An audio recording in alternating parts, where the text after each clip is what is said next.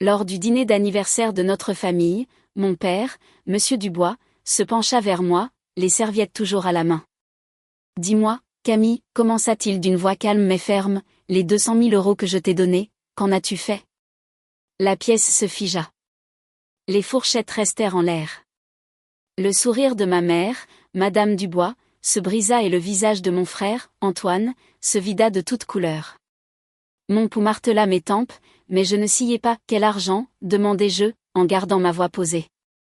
Le lustre bourdonnait au-dessus de nos têtes, seuls sont entre nous. Je les regardai, l'un coupable, l'autre terrifié. Je saisis mon téléphone, ouvris un dossier et le fis glisser sur la table. Les yeux de mon père s'écarquillèrent. Il ne s'attendait pas à voir ça. La veille du dîner, j'étais encore dans mon appartement parisien, entouré d'échantillons de tissus et de dossiers marketing à moitié terminés. Ma vie là-bas était simple, prévisible, tranquille, dans le bon sens du terme. Je l'avais construite à partir de rien. Mon propre appartement, ma propre carrière, sans faveur, sans aide. C'est peut-être pour cela que mon père, Robert Dubois, disait toujours que je lui rappelais lui-même. Il dirigeait une petite entreprise de rénovation à Nantes, et chaque fois que nous parlions, il terminait l'appel par « Je suis fier de toi, Camille ». Il n'avait jamais dit cela à mon frère. Antoine Dubois était l'enfant prodige qui n'avait jamais vraiment brillé. 3 ans plus âgé, charmant, ambitieux, mais imprudent. Il avait dilapidé chaque prêt professionnel, et s'était toujours débrouillé pour retomber sur ses pattes parce que notre mère, Eliane, le rattrapait toujours. En grandissant, elle l'appelait « mon garçon aux grands rêves ». J'étais la responsable, ce qui signifiait en fait celle qui nettoyait les dégâts. Quand Antoine m'appela il y a une semaine, sa voix était douce, trop prudente. « Salut, papa ne se sent pas très bien. Nous pourrions annuler le dîner d'anniversaire. » « Annuler ?» demandai-je. Il venait de m'envoyer un email pour commander du vin pour l'occasion. Antoine hésita. « Il est fatigué. Je pense juste que c'est mieux si tu ne viens pas cette fois-ci. » La ligne resta silencieuse après cela. Cela ne me semblait pas normal. La fête des 60 ans de mon père et de ses 40 ans de mariage, quelque chose qu'il avait planifié pendant des mois, n'était pas quelque chose qu'il aurait annulé sans m'appeler lui-même. Alors, je l'ai appelé. Il répondit au second coup de fil, sa voix pleine de vie. « Camille, tu viens toujours, n'est-ce pas ? Attends de voir l'installation. Ta mère a tout fait. » C'est à ce moment-là que j'ai su qu'Antoine mentait. Pendant le vol de retour, j'essayais de me raisonner. Peut-être voulait-il de l'attention. Peut-être se sentait-il exclu. Peut-être que maman ne voulait pas de tension entre nous. Mais au fond, il y avait quelque chose de plus lourd. Le sentiment que ce dîner n'était pas une célébration. C'était une question de contrôle. Quand je suis arrivée à Nantes, la maison des Dubois ressemblait exactement à avant. Revêtement blanc impeccable, étayé, l'odeur des bougies à lapin qui ma mère allumait toujours avant l'arrivée des invités. Elle me salua avec un sourire parfait et une étreinte qui semblait répéter. Antoine apparut derrière elle, souriant trop largement. « Camille, dit-il, tu es venue. » Je lui rendis son sourire, mais quelque chose dans ses yeux vacilla, nerveux, vigilant. Et pour la première fois depuis des années, je me sentis comme une invitée dans la maison de ma propre famille. Le lendemain matin, je me réveillai à l'odeur du bacon et au léger son de ma mère fredonnant dans la cuisine. La maison était impeccable, presque étrangement propre. Chaque cadre photo brillait, chaque bougie parfaitement alignée. Ce n'était pas de l'hospitalité, c'était une performance. Au petit déjeuner, papa était joyeux, parlant du nouveau patio qu'il construisait pour un client. Il avait l'air en pleine forme, fort, rien à voir avec la version malade qu'Antoine avait décrite. En face de lui, Antoine touchait à peine sa nourriture. Il faisait défiler son téléphone, faisant semblant de ne pas me remarquer. Quand papa partit prendre un appel, maman se pencha. « Camille, ne parlons pas de travail ou d'argent ce soir, d'accord ? Ton frère est stressé. » « Stressé ?» demandai-je. « À cause de quoi ?» Elle hésita juste assez longtemps pour que le mensonge apparaisse. « Tu sais, Antoine, il essaie juste de se débrouiller. Ne rends pas la soirée tendue. C'est là que j'ai remarqué ses mains, ses ongles, habituellement parfaits, étaient ébréchés. Ce n'était pas du stress, c'était de l'inquiétude. Plus tard dans l'après-midi, en mettant la table pour le dîner, j'entendis Antoine dans la pièce d'accent grave côté au téléphone. Sa voix était basse, mais vive. Non, je t'ai dit que je paierais la semaine prochaine. Je gère ça. Ne m'appelle plus. Il raccrocha dès qu'il me vit là. C'est quoi ça, demandai-je. Affaire, dit-il trop vite, fourrant son téléphone dans sa poche. Tu ne comprendrais pas. Peut-être avait-il raison. Je ne comprenais pas comment quelqu'un pouvait mentir si facilement. Quand il quitta la pièce, je remarquai une fine pile d'enveloppes sur le comptoir, des reçus de paiement soigneusement pliés. L'un d'eux était adressé à une société d'investissement que je reconnaissais. Mon estomac se noua. Cette société gérait les comptes de mon père, pas ceux d'Antoine. Ce soir-là, alors que les invités commençaient à arriver, je me suis faufilé dans ma vieille chambre à l'étage. La lumière du couloir frappa l'écran de mon téléphone où une alerte email attendait. C'était de ma banque, confirmation de virement. 200 000 € effectués. Je fixai le chiffre. Mon nom était dessus. Mon cœur battait si fort que j'entendis à peine mon père m'appeler d'en bas. Je rafraîchis la page. L'argent provenait d'un compte joint, un nom que je n'avais pas vu depuis des années. Antoine Dubois. Mes mains devinrent froides. Je ne savais pas encore comment, mais je savais pourquoi il avait menti à propos de ce dîner, et je savais que la vérité éclaterait à table. J'ai à peine dormi cette nuit-là. La lueur de l'écran de mon téléphone peignait les murs pendant que je faisais défiler chaque transaction, chaque email de confirmation. Le schéma était clair, de petits paiements test d'abord, puis un énorme virement, le tout sous mon nom. La signature était numérique, mais l'accès provenait de quelqu'un de ma famille. Au lever du soleil, je suis descendue. Maman faisait du café, fredonnant à nouveau, comme si de rien n'était. Je posai mon téléphone sur le comptoir. « Maman, étais-tu au courant ?» demandai-je doucement. Elle leva les yeux, confuse, ou faisant semblant de l'être. « Au courant de quoi, ma chérie ?» Je tournai l'écran vers elle. La transaction de 200 000 € brillait entre nous. Son visage se crispa, puis s'adoucit. « Camille, s'il te plaît. » Antoine était en difficulté. C'était censé être temporaire. Il a dit qu'il le remettrait avant que quiconque ne le remarque. Mon estomac se serra. Avant qu'il ne le remarque, papa ou moi ? Elle soupira, jetant un coup d'œil vers le couloir comme si papa pouvait apparaître. Tu as toujours été si indépendante. Ça ne te manquerait pas. Ton frère avait besoin d'aide. Cette phrase frappa plus fort que n'importe quelle gifle. Ça ne te manquerait pas. Je pris mon téléphone et partis avant qu'elle ne puisse dire un autre mot. Je suis allée rencontrer ma tante Gisèle, la seule personne de cette famille qui n'avait jamais eu de favoritisme. Son café sentait le pain grillé et le café, réconfortant dans son honnêteté. Gisèle n'eut même pas l'air surprise quand je lui racontai. Je m'en doutais, dit-elle, faisant glisser un dossier sur la table. Il est venu ici le mois dernier se vanter d'un investissement, à payer le déjeuner avec des billets de 100 €. J'ai gardé les reçus. À l'intérieur se trouvaient des paiements, des montres, des réservations d'hôtels, des achats de luxe, tous datés de la même semaine où l'argent avait disparu. J'ai tout photographié, envoyé à Sophie Leclerc, l'avocate de papa et une vieille amie d'université. Elle appela en quelques minutes. Camille, ce n'est pas un malentendu. C'est de la fraude financière. Si ton père pense que tu l'as pris, tu dois blanchir ton nom rapidement. Je ne le confronte pas encore, dis-je. Pas avant qu'ils ne soient tous les deux dans la même pièce. Sophie marqua une pause. Alors assure-toi d'avoir des preuves prêtes. Je souris, une sorte de calme amer m'envahissant. J'en ai déjà. Ce soir-là, pendant que maman mettait la table et qu'Antoine versait le vin, je m'assis à l'extrémité, mon téléphone posé à côté de mon assiette, le même dossier que je vous avais montré au début, ce dossier était prêt, et moi aussi.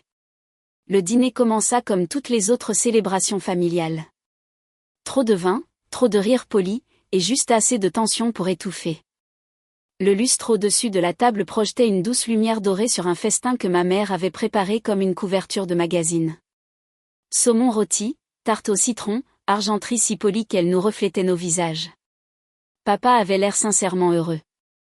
Ses joues étaient roses, son rire fort, ses yeux doux lorsqu'il se posait sur moi. Camille, dit-il, en me versant un verre. Je n'arrive toujours pas à croire que tu sois venue juste pour ça. Je souris, forçant les mots à travers le nœud dans ma gorge. Je ne l'aurais manqué pour rien au monde. Antoine était assis en face de moi, tapant son pouce sur la table, son sourire trop large, trop éclatant. De temps en temps, il jetait un coup d'œil à maman et elle lui faisait un petit signe de tête comme si elle marquait le temps dans un rythme silencieux de secret. Pendant 1 heure, cela sembla presque normal. Des histoires sur les affaires de papa, Gisèle le taquinant sur ses nouveaux cheveux gris. Je me suis presque laissé croire que le pire était derrière moi. Mais le mensonge restait entre nous, lourd et attendant. Puis papa se pencha en avant, sa serviette toujours à la main, la voix calme mais délibérée. « Dis-moi, Camille, dit-il. Les 200 000 € que je t'ai donnés, qu'en as-tu fait ?» Le rire s'éteignit en l'air. La pièce se figea. Les fourchettes restèrent en suspens. Mon cœur frappa une fois contre mes côtes, puis s'arrêta. « Quoi ?» murmurai-je. Il ne s'y a pas. Les 200 000. Je les ai virés il y a des mois. Ton frère a dit que tu les utilisais pour quelque chose de privé, mais maintenant je veux l'entendre de ta bouche.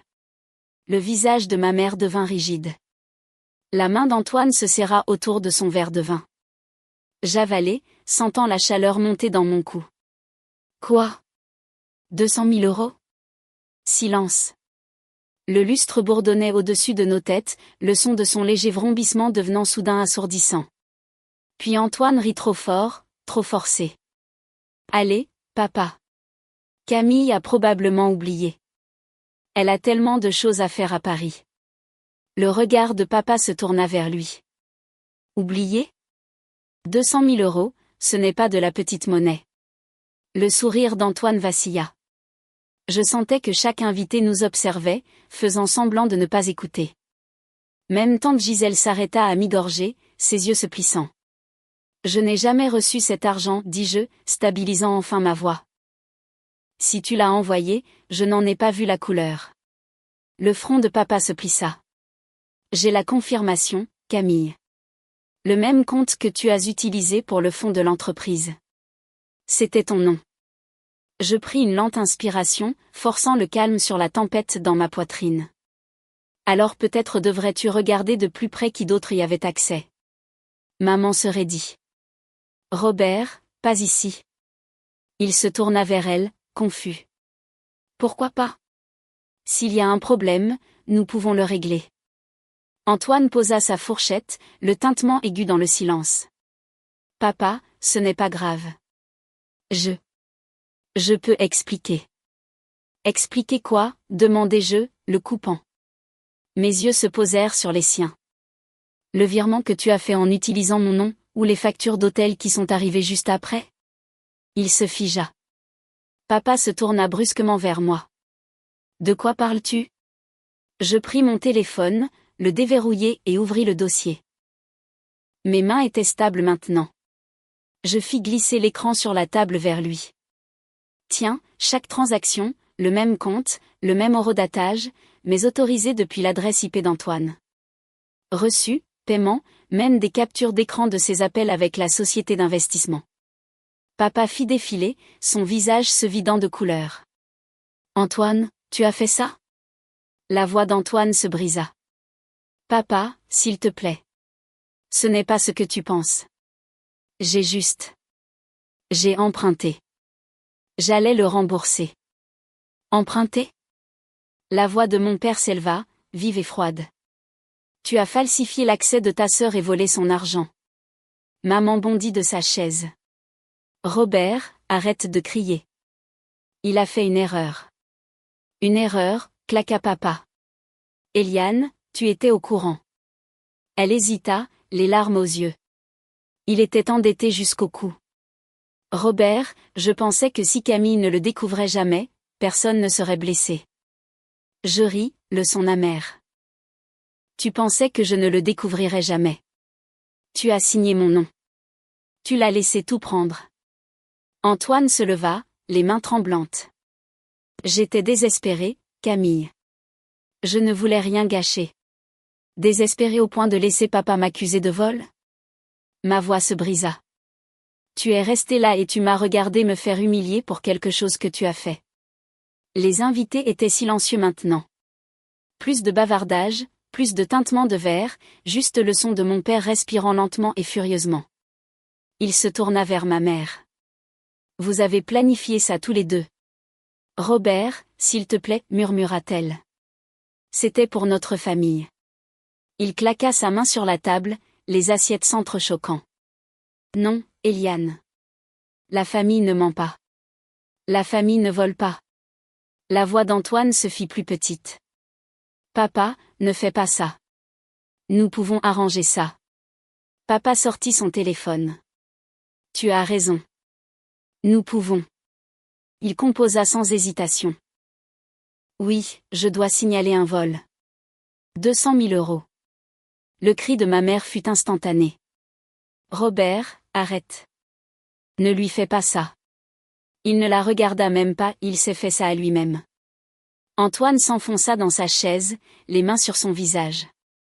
Les lumières vacillèrent, le bourdonnement du lustre se transformant en un doux drone électrique. Je restai assise tranquillement, mon pouls régulier. 30 minutes plus tard, la police arriva. Leurs lampes de poche traversèrent le verre, les lumières rouges et bleues tourbillonnant à travers la fenêtre. La pièce semblait plus petite, presque incolore maintenant. Antoine ne se battit pas quand ils lui demandèrent de se lever. Maman suppliait, sanglotant, agrippant son bras, mais il ne la regarda pas. Papa signa la déclaration sans un mot. Quand il me regarda, il n'y avait pas de fierté cette fois, juste du chagrin. Camille, dit-il, la voix rauque. Je suis désolé. Je secouai la tête. Tu as cru ce qu'ils t'ont dit. Tu avais toutes les raisons de le faire.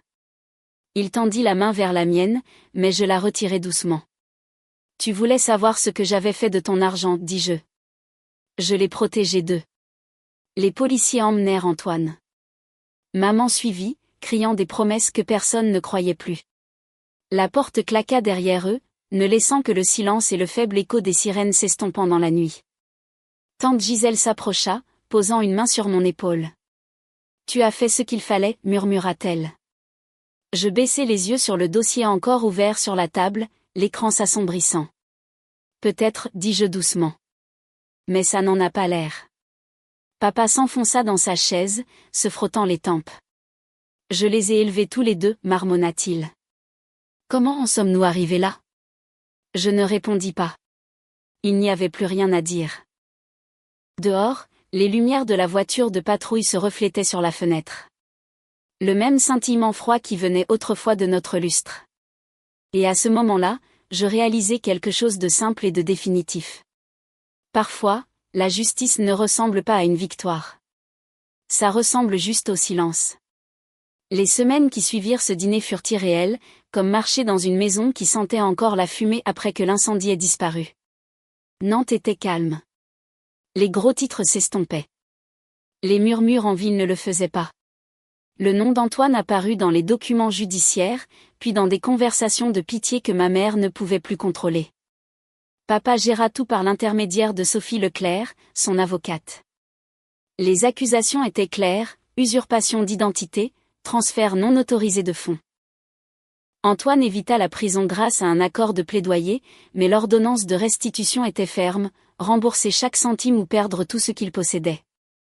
Maman se tenait à ses côtés à chaque audience, son visage creusé, ses cheveux en désordre pour la première fois de ma vie. Quand ce fut terminé, papa m'appela dans son bureau à la maison. Le bureau qui contenait autrefois ses plans était maintenant couvert de papier. J'ai réécrit mon testament, dit-il doucement. L'entreprise, la maison, tout, c'est à toi. Ils n'auront rien. Je voulais argumenter, mais les mots ne venaient pas. Peut-être que ce n'était pas de la vengeance. Peut-être que c'était sa façon de dire pardon. À la fin du mois, Antoine avait vendu sa voiture, ses montres, même les meubles de designer dont maman s'était vantée pendant des années. Ils déménagèrent dans un duplex loué en périphérie de la ville. J'en entendis parler par tante Gisèle, pas par eux. Quand je repartis pour Paris, papa m'aida à charger mes bagages dans la voiture.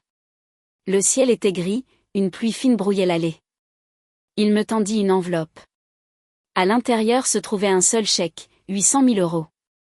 Le même montant qu'il avait autrefois destiné à mon avenir. Tu mérites un nouveau départ, dit-il. Va construire quelque chose dont tu es fier. Alors que je roulais vers le nord, les lumières de la ville de Nantes disparurent dans le rétroviseur. Ce qui les remplaça n'était pas la paix, pas encore, juste de la clarté. 6 mois plus tard, je me tenais devant ma boutique dans le centre-ville de Paris, l'atelier Camille. L'enseigne sentait encore la peinture fraîche. À l'intérieur, la lumière du soleil se déversait sur des portants de vestes ajustées et d'écharpes en soie. Chaque étiquette manuscrite de mes initiales. Les 800 000 euros que mon père m'avait donnés étaient devenus plus qu'une entreprise. C'était une récupération silencieuse de tout ce que j'avais perdu. Papa vient parfois me rendre visite, apportant du café et ce même demi-sourire fier qu'il me faisait quand j'étais petite. Tante Gisèle dit que le magasin ressemble à une clôture. Peut-être a-t-elle raison. Je n'ai pas eu de nouvelles de maman ou d'Antoine depuis des mois. Leur paiement de restitution arrive lentement, de petits rappels mécaniques du coup de la cupidité. Parfois, quand je ferme le soir, je pense à cette table de dîner, au bourdonnement du lustre.